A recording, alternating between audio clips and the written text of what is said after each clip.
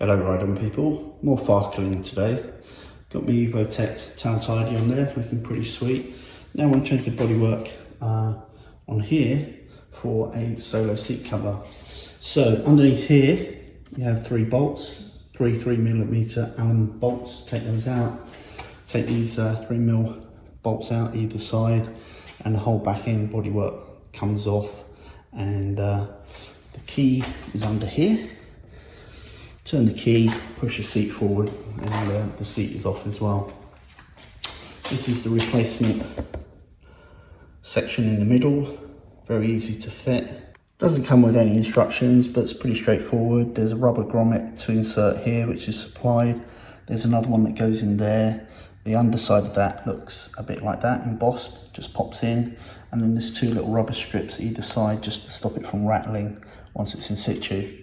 And basically you just slide it in the back there, make sure it's sitting nice and low, put your key in, slide it back, and it locks in place.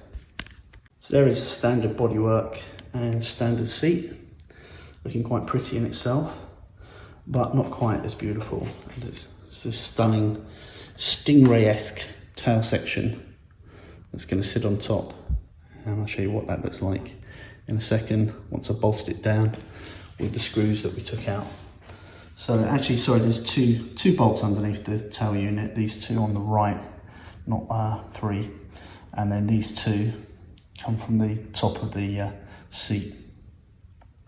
They also supply in the kit 3 little bushings. I think that's just in case you happen to lose those when taking it off, because I can't see any other benefit for them.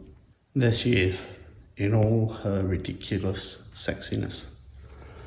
I love the way that, like a Ferrari F40 or GT40, you can see right the way through that tail unit. The other thing I love, apart from its sexy hips, is this beautiful stingray pointy tail at the end. I mean, beauty is in the eye of the wallet opener, but to me, it's just so damn hot. Sexy. Well, that's it for today. Another successful day of Farkling in the Ride-On garage. I'm not the best home mechanic, so take some faith, have a leap of faith and install some of this stuff yourself.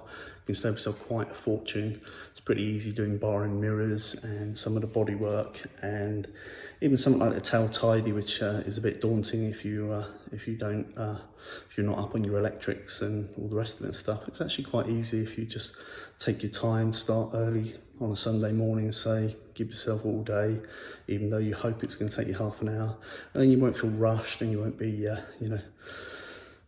trying to work too fast and dropping bolts and all that kind of stuff. And lay it all out neatly, take your time, stop for cups of coffee, and you can get it all done yourself. Save yourself a fortune, feel good about yourself. You haven't had to go to the bike shop and take a trip there, haven't had to pay somebody else, and you know the job's done properly and there's no damage to the parts. So take what you will from that, basically. But yeah, I'm absolutely delighted. And if you have a Streetfighter V4, no pillion really wants to go on the back of that thing, and you absolutely deserve it, aesthetically speaking, to get that tail cover. Ride often, ride carefully, ride on.